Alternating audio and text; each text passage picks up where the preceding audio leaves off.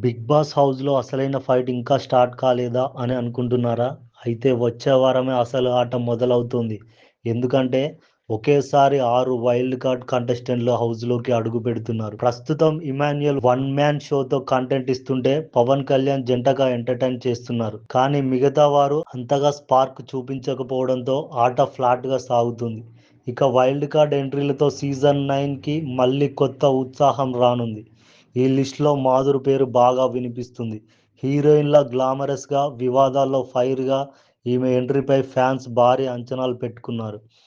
అయితే చివరి నిమిషం వరకు ఆమె వస్తుందా లేదా అన్నదే ప్రస్తుతం సస్పెన్స్.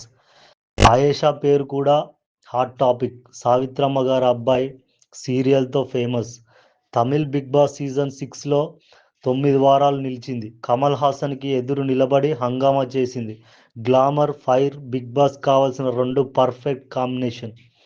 అలాగే సినిమాల నుంచి దూరంగా ఉన్న ఒక యువ హీరో గీతా ఎల్‌బీ సీరియల్ నటి కూడా ఈ ఎంట్రీలలో ఉన్నారని టాక్. శనివారం హౌస్‌లోకి వెళ్లే వీరి ఎపిసోడ్‌ను ఆదివారం 2.0 పేరుతో గ్రాండ్ లాంచ్‌గా చూపించబోతున్నారు.